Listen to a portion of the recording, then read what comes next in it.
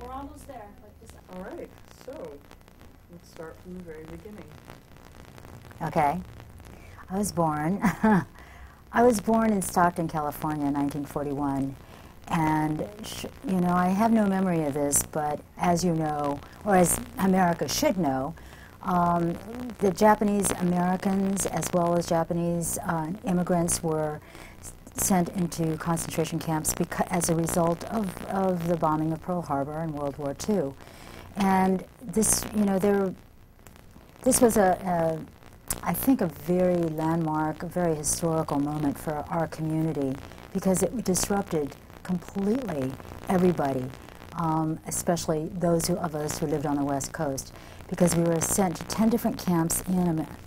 You know what? I need to start over. Yeah, sure. Sorry. No, don't be sorry. So what I would love for you to do, because I know you've told this story many times.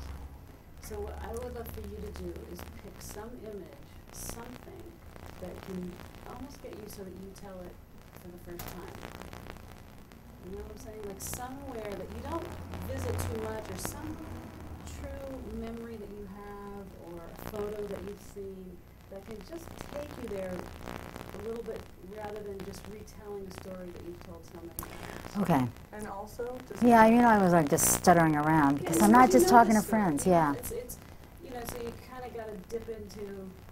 The other thing is that, again, not knowing. Can I just ramble? Can I just go? Okay. I'm a third-generation Japanese American, a Sansei. I was born in 1941, before the outbreak of the war. I have no memory of it, but, you know, I look at the photographs of myself in camp as a little girl, and I realize that I was like a doll. I was like a doll for the community. And perhaps that was the first inkling of the importance of community for me, is when we were in camp and they used to play with my hair, they used to curl my hair, and that photograph does remind me of when the women would get together and they would do each other's hair, they would perm each other's hair, they would gossip, they would gather around kind of a makeshift beauty shop and, you know, try to bring a semblance of normalcy to their lives, when here they were in Arkansas, you know, thousands of miles away from home. We were all incarcerated in 10 different camps throughout the country, in the most barren and desolate parts of the country. Parts of my family were sent to Arkansas, others were sent to Tule Lake in California, others were sent to Amachi Gate in Utah and Topaz, Colorado. So we were basically separated as families. We were basically scattered around the country. Our community was disrupted. Our community was separated. Our community was divided. And we were scattered. It was kind of like we were expendable. And when World War II did break out, and when the Japanese bombed Pearl Harbor, and the executive order was issued by President Roosevelt, it really was a time of enormous disruption and bewilderment, because there was no crime committed as far as we were concerned. There was no crime committed by we as American citizens, and there has never been a crime ever convicted against the Japanese community, the Japanese American community. So it was an act of injustice that was quite bewildering, I think, for decades after the war, and had a great impact on my mother, who was a Nisei. She was just married, and she had just birthed me, and as a result of the camps, her life was terribly disrupted, and turmoil, I think, the turmoil of the camps led to a divorce.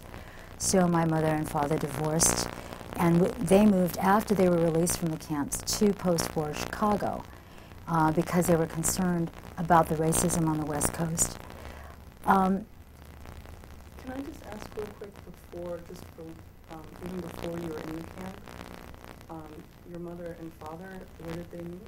My mother and father met in California. My father was from Lodi. My mother was from Petaluma. And my father was a baseball player. And they're both second generation Japanese Americans, so they were American citizens. And it was an arranged marriage. My mother, I have a photograph of my mother, of her as a bride, and she's a very beautiful woman. But that marriage did not work out, and I attribute that somewhat to the camps, because it really did have a very negative effect on our self-image, and I think it had a very negative effect, especially on the women, who were made to feel even more vulnerable in many ways. So as I was coming up as a child, what I remember is... Just because that was noisy, something that you said it had a major effect on the women. I think it had a major, the camps had a major effect on the women, because I think, you know, in those days we were already vulnerable. There were very few opportunities for us. Many of the women in the Japanese American community were ripped out of schools, high school or colleges. They were deprived of opportunities. They were deprived of their jobs. And I think that it was disruptive to their emotional lives. Because already we had, being a minority in America, you know, having to contend with racism, having to contend with having no images of oneself in terms of the mainstream of what is acceptable in middle-class America, that already makes you feel vulnerable. But after the camps, we were particularly experienced racism and prejudice. And I believe internalized a lot of self-hate about who we were as Asian Americans. So when you were... So can I interrupt you? Yeah. I want to get you to say like a little bit. I want to hear like a little bit more about, because you're speaking about the we, and you know a lot about the we, but we really want to know, you know, how it affected you personally, because that's what Okay. they get right into. They want to know your experience, what it was like knowing how the internment camps affected your mother. Right. Because that was probably more in your awareness than the experience. You know, it passed on. So, I mean, take it right to it. Okay. I'm a little bit, I'm trying to be proficient. Yeah. Oh, it's fine. Do you know what I'm saying? I'm trying to be, I'm trying to be efficient Yeah. and proficient. I'm trying to be more professional, like as speaking into a camera. I probably shouldn't be. No. I probably should be just me, and just like talking to you guys as friends, or you know, like just as interested parties, rather than saying, "Oh my God, I'm on." Yeah. I mean, the other thing Yeah. is when you went to the camp, and I just thought of this, like I'm not clear. Did you go with your mother and father? And I don't know if you have sisters and brothers, but were you all at the same camp? Did they separate you? I was an only child, and my mother and father, on my paternal family side, were sent to the same camp in Aurora, Arkansas. My father was sent out into the potato fields to work as a laborer, and as history tells, many Nisei men, second generation Japanese Americans, were signed up to serve in the army, in the armed forces.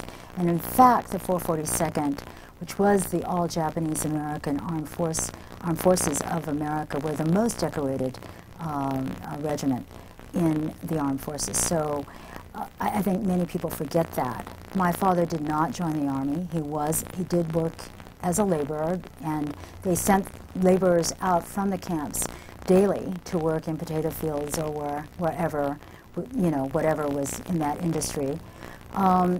And my mother was, I think she was particularly impacted because she was forced, we were all forced to live in barracks with our families. So sometimes, you know, the families of 5 and 6 had to live in one room in a barrack. And she had to live with her mother-in-law. So when I was asking my mother later in the years, about the camps, and she would never speak about it. The one thing she would complain about is that the one thing I remember about the camps that I hated the most of all was having to live with my damn mother-in-law, because they did not get along, and to be incarcerated with somebody for 4 years almost of your life in a cramped quarters, and having to to go to a barrack, to a, what do you call them, a mess hall to eat all of our meals, and to go to a public toilets, was you can imagine, a very humiliating experience for them, and particularly for the women, because the bathrooms did not, the stories that you remember are the ones like the bathrooms had no stalls. And so, women would be so embarrassed, they would have blankets to cover their heads or paper bags to cover their heads when they had to use the bathroom, because there was no privacy. So you can imagine the kind of humiliation that people had suffered. I remember nothing about the camps because I was too young. But again, I have a photograph of me in the camps when I was very small. I think I was 2 or 3 years old. And I had this angry look on my face because I think that my mother and all of her friends had just permed my hair, and I was, I'm sure that they were combing and yanking, and I was a little bit angry about that. But I do recall that is when the women would laugh, and when they would be able to talk and share with each other. And I think that was my first sense of the importance of community, and how important it was for the women to be able to come together and support each other. When we were released from camp and we moved to Chicago, my grandparents moved back to the West Coast, my maternal grandparents moved back to the West Coast. My paternal grandparents moved back to Stockton. But my mother and father divorced soon after we were released. And so my mother raised me as a single mother. She worked 2 jobs. Did not see her often. The movie theater became my babysitter. And I remember being very lonely in those days, and just feeling badly for my mother because she would cry at night. And at night she would even do piecework to earn pennies for making paper flowers. And the irony of her making paper flowers for the American Legion late at night after being released from the camps in America. So those were poignant memories that have remained with me. I also remember that my mother had a lot of teeth problems, and I had a lot of teeth problems. And I think that many, many women in the camps experienced a loss of teeth because of the bad nutrition that was in the camps. And particularly nursing women whose calcium was being depleted, and they did not have milk, and they didn't have access to dairy products, that their bones were compromised and their teeth were compromised. So I do remember going to the dentist and being very vulnerable to dentists who would allow us to pay in installments. And I remember being molested by the dentist. And I remember my mother being fearful of going to the dentist, not because of the pain, but because I think he was molesting her. And she would say, please watch, wait, come in, try, look into the door when I'm being worked on. And then she would get angry with me when I would leave the office and go play in the hall because I wasn't watching. And I didn't, and that puzzled me that really puzzled me until I realized in my adulthood that she was probably being sexually molested. And of course she couldn't speak about it, and we couldn't tell. She couldn't tell. I remember, I don't remember exactly what happened. I remember the sensation of being touched inappropriately, at the same time having having terrible pain in my mouth. So, you know, like that association is pretty vivid, but it made the visits to the dentist pretty unpleasant. I think the single parenthood that I saw my mother go through and being alone, having to struggle with poverty, was another imprint on me in terms of how women were extremely vulnerable, and how when she met my stepfather, that it was an important relationship for her. She remarried about 2 years after her divorce, and we moved back to the West Coast. I have recollections of the first encounter with her new husband as being very pleasant. I thought he was a very, very nice person. And after they got married, things changed. And he became brutal. So I would receive severe spankings. And then when we moved to the farm, which was about in 1946, 47, it was in 1947 that we moved to the farm in Petaluma, the molestation began. So I think I need to pause here for a minute for a question. Yes. Because I feel like I'm rambling. Mm-hmm. And it's not because it's painful, it's just that I feel like I'm rambling. I need to go back to Chicago for a second, because the Chicago experience, like the single parenthood experience for me, was maybe most poignantly illustrated by the fact that when Christmas came around and I wanted very badly to have a present, or I wanted very badly to have a doll, and there was this blonde doll called Sonia Haney, and I wanted that doll so badly, and my mother said, "Oh, we can't afford this." So I think I cried, and I said, "Oh, I want this doll so badly." And Christmas morning, there was my Sonia Haney doll, my beautiful blonde Sonia Haney ice skating doll. And I was so happy. And, Sonia Haney, she was a movie star way back in the 40s, and I'm sure nobody here remembers her, but I remember her blonde hair. And I thought, well, I loved her blonde hair, so I cut the blonde hair of the doll off and pasted it to my hair, thinking that it would grow me blonde, because I wanted more than anything to be blonde. And of course I ruined my doll. Cut for a second, just because the sound on the outside. God, you're so animated when you tell that story. You didn't cut, did you? No. Okay, good. You did listen to her when she said stop, right? Because that was really great. What did that mean? What did that symbolize that you wanted to put? Well, my mother, because she was a single mom, couldn't also afford to have babysitters, so the movie theater became my babysitter, and she would sit me in the movie theater when she'd go to work early in the morning, around 9 o'clock, and, in those days, I guess the movies were open early, and I would sit in the movie and watch a movie over and over and over and over for the whole day until she picked me up from work.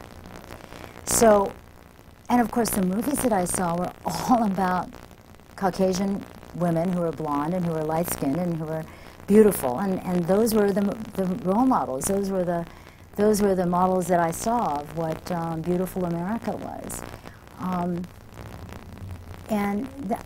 So growing up, my desire was to be blonde and beautiful and acceptable and accepted. The difficulty that I think that I internalized with my mom was that she didn't feel beautiful, and I thought she was the most beautiful woman in the world. And I would hear her crying at night, just out of loneliness and out of the kind of rejection I think she felt from the divorce and the hardship. And she would I would hear her crying and go up to her and try to comfort her, and there was no consoling her. I couldn't feel that for her, and I think that made me feel, a little bit like a failure. And I also think when there's a divorce, that the child internalizes the fact that it may be her fault. That the reason why daddy leaves is because you're not lovable enough, or I'm not lovable enough. So, my mother's vulnerability was probably one of the big factors in my own sense of insecurity as a woman growing up. I probably need to stop for a second. I was going to say, how did, I don't want to get too far ahead, but you're in a different place. How did you come to a place where you gained your own self-esteem? But I really need a little bit more of some of the abuse. I hate to tell you. Just some of the, because you talked a little bit, you talked about the dentist, and you talked about, I feel like I'm just fucking No, up. but no, do you have a because minute? you have to understand, there's a bunch of just little, There's this is like a little pieces in there. And, Yeah. and that's why You I want want to take care of that yourself. I need to get you a mirror. Do you have a compact? Oh, it's in the other office. Okay. What did I do? Did I just screw up my makeup? No, there's just a tiny little bit of mascara right here, that's all. Oh, It'll take this right here, but I want her to see it and just see it, yeah. So we can, let's, I think we should hold here and then go Oh, to... God, what happened to me? It's good. Shit. It's good. Are you kidding? That was the best. I was crying, she was crying, I mean, I didn't know. that's what we're talking about. That's the place that I really, I there are think you a lot got of it, people but we'll just that give know you. you, sure, and there are people that don't know you, and there are people that don't know this part of you, and I think it's a really beautiful opportunity for people to see that part of you. And I would love to hear, you know, See you feel. how I you think it's fine now. made peace with that. And then we're probably going to take you back, I mean, to some of the other things, but, How I made peace with... well, that you know, you heard your mother and all of that pain, you know. What did you have that mean then in your life about who you are, and how did you shift that? You know, when I would hear my mom crying at night, and inconsolably, out of loneliness and I think rejection, that it did make me feel that women were particularly vulnerable. And I do recall my mother telling me throughout my life, as an adolescent and growing up, that a woman alone is the saddest thing of all. And, you know, that message that comes through, that you're nothing without a man, that, you know, you watch out for other women because they'll steal your man, and all of the, you know, the kind of competitive stuff that women tend to internalize, that those are messages that we as mothers and we as women have to be very careful not to pass on to our daughters, because women are not our enemies. Women, you know, are part of our community, and we need to learn to empower and support each other more. But of course, you know, being alone, and my mother being alone for that length of time, and being vulnerable to her second marriage of a person who wasn't the most kind person in the world, that, you know, I think we were always on this edge of feeling like you know, the danger of abandonment. I think my mother, especially during that time, that was a true, I mean, it was an honest expression of what certain realities were of our society, that women were indeed vulnerable, that women indeed were not given the opportunities. And I certainly did internalize that. And I think the self-hate that I felt from my mother, and being Asian, that, you know, even though, she was objectively a very beautiful woman, everybody commented about how beautiful she was, I think that there was a very loud voice in her that said she wasn't good enough. And the loud voice in my family, whether it was my stepfather or whether it was my aunt aunts or my cousins or the whole family was that we were not, we were very vulnerable in American society because we were not white, because we were not the major majority, and we're not the majority, that we were not,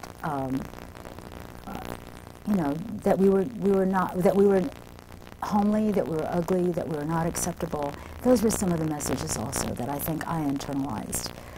Of course now, I know that that's not true, but I had to go through major revolutions within myself to get there, to understand that, that all of us are beautiful. Can you talk a little bit about how some of the things that first led you to believe, wait, that's not true, women are beautiful, you are beautiful, your mother is beautiful, that was false. Wow, I really want other women to feel that. I mean, what were some of the marker things that you started to experience? Well, I think coming up as a person who went through childhood abuse, and I was abused, I was sexually abused and molested and beaten as a child from the age of about 8 to about 17 when I left home. So it was 11 years of, pretty perpetual abuse, and by more than one adult male in my family. So there were a number of adult males in my family who were abusive, and of course in those days, as now, you don't talk about it, It really, that's the big secret. Those are the family secrets that you don't tell about. And, in addition to the fact that my parents would never speak about the war or about the camps, there was this value that they placed on silence. So you don't complain, you don't talk about the unpleasant things, you don't talk about things that hurt you, you don't talk about your feelings. So there was this big dome of silence that I felt like grew up in, where we didn't verbally express ourselves. So words became very important to me on the page. Words became very important to me as an expression of my feelings, but I could only share it with a page, and that's how I became visible for myself. I think for much of my life I felt invisible, and it was a safe thing to do, was to be invisible. And that was the way in which I believe I survived the physical abuse, was for me to escape out of my body, was to remove myself. And I remember like floating above what was going on and watching what was happening and thinking, just having this kind of cold, objective eye about it, because then I could kill my feelings about it. It wasn't happening to me, it was happening to somebody else. So that's a lot of the body displacement that I think women experience who are survivors of abuse, is that there's a real different kind of relationship with your body. But you're also being sexualized at a very young and inappropriate age, so you think that that's the only means of your acceptance. So many women who are abused, I think, feel like their body is their only means of acceptance. And that doesn't mean that you're beautiful. That doesn't mean that your body is beautiful. It means that your body is a commodity. And so when the whole issue around self-esteem did not become a reality for me until I began to have community around me. When I became involved with other women who were part of the writing coalitions, and beautiful women, objectively beautiful women who I would be, admiring for their physical beauty as well as their internal talents and their internal gifts. But they would tell the same stories about how they would feel like as an African American or as a Latin American or a Latina or a Filipino or a Puerto Rican American, that they would feel ugly. They would feel like, wow, we don't see the images of ourselves in magazines or in movies. We are a displaced and not acceptable group of people.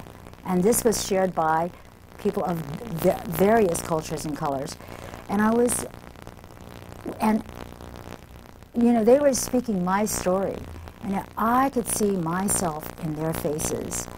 And I think that's when I became even more visible, because my story would reflect theirs and theirs would reflect mine. And we would reinforce one another, and we would affirm each other's realities, and we would affirm each other's cultures, and we would celebrate each other through food and, sharing our ethnic food. I mean, like Kitty would bring Chinese food, or she would make some chow mein, and I would, bring out some teriyaki, and, we would have menudo or ribs or stew or barbecue. It was, we began to share in that way, and we began to open ourselves up to each other, and we began to reveal the most vulnerable parts of ourselves, the very, very disgraced and ashamed and abused parts of ourselves.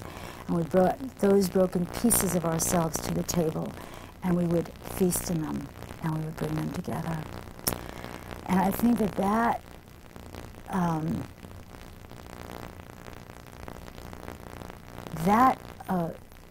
the image of, the circle of women who are like mirroring one another echoed throughout my career at Glide. And, just the shape of community. I mean, what is community? Cecil has said that community is anywhere that more than one person gathers. Or was that Jesus Christ? I don't know. I get them mixed up. But, where more than one gathers, I mean, you can create community. And when I was going through college and even after teaching school, I realized that I was a wanderer. I was, a lonely, wandering person who was searching for something. And, I was through many years of therapy and many experiences that were destructive. I was in abusive relationships, because I think that women who are abused, or when we experience violence as children, that you continue that pattern, and the danger for us is that we perpetuate that pattern. So I felt that that I was not worthy of a relationship that was tender. I mistook violence and abusiveness as love. Possessiveness and jealousy, I mistook that as love and as desirability. So, I was a battered woman. I was a battered woman through several relationships. And again, I went through much therapy, and, I was a perpetual student after I graduated UCLA and experienced violent relationships as a college student, and went into postgraduate work and was teaching school. I set myself up for violent relationships even then. And, I found community with my students. I taught high school. And and for some reason we were drawn to each other, so I had young people who were coming out as lesbians or coming out as kids who were abused. And we found community with each other. But I could see that the school system itself was abusive. So I decided I wanted to get my master's degree, and I stopped teaching, went back to graduate school, and it was then that I met a friend who introduced me to Glide, because I was looking for a job. And I got a part-time job here at Glide. And I remember my first experience is that Cecil came over to the desk where I was typing away. He was standing over me, and he said, and I said, hello, and he said, don't you know who I am? And I said, no. And he said, you don't know who I am? And I said, no. And he walked away. He got mad and he walked away. So I said, oh, well, I guess there goes the job. But he and I became very good friends. And we started talking, and, again, I found community. I found a compassionate individual who is willing to accept me for the first time, I think, for who I am. And perpetually loved me in spite of the things that I would do to be rejected. So if I would mess up at work, or if I was, rude, he would continue to love me. And he let me know that I was lovable. and that he believed me when I began to reveal my story to him. Because before this, before I had met a community of people who had similar experiences, I was never believed. My family did not believe me, did not want to believe me. I tried to tell my mother, and of course was very fearful of, again, being responsible for another abandonment, another divorce. So I really was pretty quiet about it, pretty silent about the abuse. When I first came to Glide, in addition to Cecil, I met a community of young people who were gay, lesbian, street people, young people who were selling their bodies for drugs or money. And I found my mirrors. Here they were on the margins, and they were rejected, and they were looking for themselves, and they were searching for community, and they were searching for acceptance, and feeling like they were not adequate, they were not good enough. And these were my mirrors. This is where I found community. And I said, yeah, okay, this is where I want to be. And of course, in the 60s, when I first came to Glide, in 1965, the times were revolutionary times. It was, it was pre-civil rights, outburst of, just the volcano of voices that came forth, that spewed forth Black power. And Dr. King was leading marches in Selma and Montgomery, and giving wonderful speeches from Washington, and the communities were in motion. The women's movement started. The anti-war movement was in full swing in the latter 60s.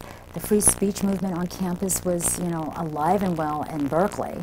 And then the ethnic studies strike occurred in 1968, and I was attending San Francisco State at that time, and I became involved in the Asian students movement. And we shut down the university to protest the dismantling of ethnic studies. So our voices became very loud, and it was that time, I think it was the civil rights movement led by Dr. King and others in the African American community that enlivened and that brought to life our own voices and the voices of others who were, who we were at the point of needing to boil over. It was a time for the revolution to happen where, all ethnic minorities could shout and affirm who they are, and the pride in who they are. And, and it was like in that era when the redress movement began also, the redress movement for reparations for those of us who were unjustly incarcerated in the camps throughout the country in America. And that redress movement also brought to life the stories. So the stories that came forth, and I had spent years and years and years, and for 40 years my mother herself had kept her silence about the camps, and I think it's because it was such a humiliating experience for her. And she wrote me a letter one day. I received this letter. It was in 1983 or something. I think it was 1983. And she had written in her letter this testimony that she had given before the Redress Commission. And she had broken her silence and told the story and testified. Now, part of it was to get the redress, but I think it was a very cathartic experience for her, because I called her up, I was in tears, and I said, "What? You broke your silence? Why didn't you tell me you were going to do this?" And she said, "Well, I just got so damn mad," and she said she was telling me about standing before this commission and telling her story, and the commissioner kept saying, "Okay, your time is up, your time is up."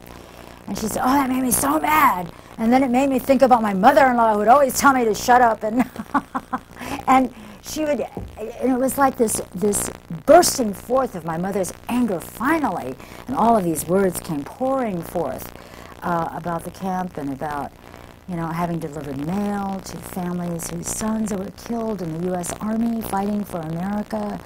And here their families were in the camp, incarcerated, and she had to deliver mail to these families whose sons were killed. And, other stories that came forth about personal lives that were touched by the camps, and how she recalled when we were living in Chicago that when I was a little girl, that we shared a floor, shared a communal bathroom with an elderly gentleman whose son was killed in the army.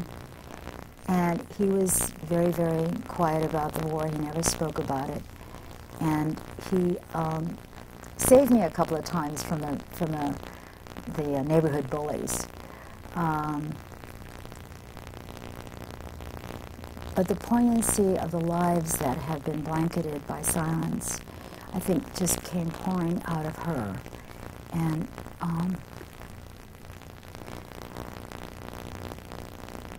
all I can say is I'm so grateful. I'm so grateful for the courage of the people who testified, and grateful for my mother and my grandmother who finally began to tell us about the history and about who we are and how we came through. And oftentimes it was just, through food stories, like, oh yeah, we had to go in summer with maggots in the rice, but it was so good because we were so hungry. And how my grandmother would make everything taste good because she was, they learned how to make ambrosia out of chicken feet and neck bones. I think every culture has learned to do that. Every culture that comes through poverty and comes through deprivation, that we all learn how to not only survive, but to thrive, and to indeed make it a cultural celebration. And those are the things that we began to appreciate when the stories came forth. So I think that in terms of how stories have impacted my own life, that the memory of that, plus finding community here and seeing how the stories mirrored each other and how that affirmed and empowered our voices to come forth, has, really was the inspiration for my work here at Glide. That it is the ability to find one another in each other's voices and in each other's sharing and in each other's being vulnerable and being able to reveal oneself through those stories that saves our lives. And not only saves our lives, but creates community that and truly goes beyond that. It goes into empowerment. It goes into, us really being able to create anew, being resurrected, and being able to create a new self out of these circles and out of that mirroring and out of that empowerment. So Glide saved my life in many ways, and my discovering community through the community that gathered here in search of an accepting community was part of it. And, Glide is an interesting experience because it isn't a place that, you come to and you go through some kind of ritual and, you sort of find yourself through that. No, it's much harder than that. Glide is a place where you yourself have to unravel yourself. And, like people come here like knots. And, they may be lost and they may not know who they are. But it is that process of unraveling who you are and revealing who you are through that unraveling process, tying yourself to other pieces of other people's loose threads, is that when you become a whole tapestry, a community that is independent, that you're able to, stand in your own color, your own voice, your own experience, and affirm that difference, but at the same time know that you're connected.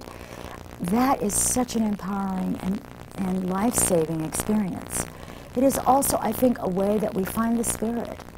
I'm not going to say God as my God. I'm saying God, as Buddha, as the Muslim, what is that? Allah, or goddesses. What is your,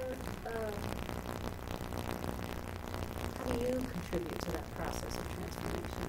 how do you aid that or contribute when you have part of Thrive? What is your commitment around that, like to yourself?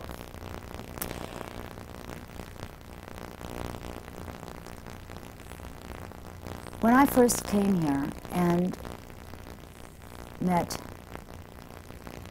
various people from the community who were from the margins, when I first met Cecil and other women here who were searching for themselves also, I felt invisible. I felt like nobody. I felt like I didn't have anything to contribute. And it was through community, and it was through getting out of myself and out of that sense of worthlessness and powerlessness by doing the work. You know, I think people think, okay, you go to school, you prepare to do the work, and then you go and do it. That was not true for me. I mean, I worked, I had jobs, I mean, I taught school, I had my education, but I certainly didn't know what it meant to do the work, to put into action, you know, one's belief and one's self on the line, one's self giving to. So it is really in doing what is important for the other person to help build community that I think one finds one's own power. For example, in this community, we saw people who were hungry on the streets. And we didn't say, okay, where are we going to get the money to feed people? We had a community here of volunteers who just brought food because they wanted to feed people. And it was in that doing, it was in that action, it was in taking that first step that you begin to build community. You begin to heal yourself because it is in the giving, and it is in giving out of yourself and getting out of yourself and getting out of the self-centered self that you begin to build a new person. You begin to build the empowerment because you can't do that yourself. I am truly convinced of that. You cannot exist in and of yourself. And, you know, even as an artist, even though art is a solitary act, if it isn't shared and if you are not doing it to somehow enrich and to somehow inspire somebody else, then it is an isolated act. And I think that it's so much more important when it is able to provide a message of recovery or of healing or of hope to someone. So the meals program that started here in the late 60s as a volunteer program. We fed 50 people one night a week, and now we're serving almost 1 million meals a year. And the children's program, the same thing. In the 60s, we saw this community, the Tenderloin, was not a family community. This was a community of streetwalkers and, you know, pimps and dirty movies and bookstores, pornographic bookstores, and it was kind of a sleazy neighborhood, and children were running around in this neighborhood without direction, seemingly without parental guidance or parental supervision. So we took them in, you know, with just a group of volunteers, myself. We bought books out of our own pocket. We started a children's program, just providing a room where kids could come and study and be in a safe place where they could think and they could talk. And we started out with 15 kids, perhaps. And then, of course, when Cecil was minister of the church and we got more and more families in and more children, then, of course, we expanded the program, and we had generous donors who helped fund a program for the children on childcare as well as tutorial programs. But again, it was, now we serve about 500 kids a year, 250 during the summer. And we have over 80 teenagers, and we have free childcare and toddlers programs, and many wraparound comprehensive programs for children from infancy to 17 years old. We now have a program for young people from 18 to 24, which is a jobs training program, and a scholars program. I want to know just because the only reason I'm not stopping you is there's so much good. I mean, it's hard. I mean, it's amazing what usually I would stop you 20 million times or anyone, but it's so many gems in there. What I'd like to hear a little bit, and what I'd like to hear a little bit more about is your, I kind of said it a moment ago, but I want to hear almost like what you said, my commitment, or what I want to do. Maybe you wouldn't say that way. Maybe you wouldn't speak that way. I'm wondering, like, really personally, like, what is your mission? Because you say we as a community, and I know how critical and important that is. But I'm really wondering if, you're here for a certain reason. And also, can I just add to that? Did that make you want to leave? Yeah. That question? Yeah. What? No, I'm kidding. I was just wondering how our time was. But and I do want to know, what does that question bring up for you, though? I'm just curious. It's just hard for me to do the I number, but Well, what I was going to say is that in the notes when we talked before, one very powerful statement that you said is, you were at your master's, you came here as a job, and at one point you had to decide master's degree or 5, and you said 5 chose 5.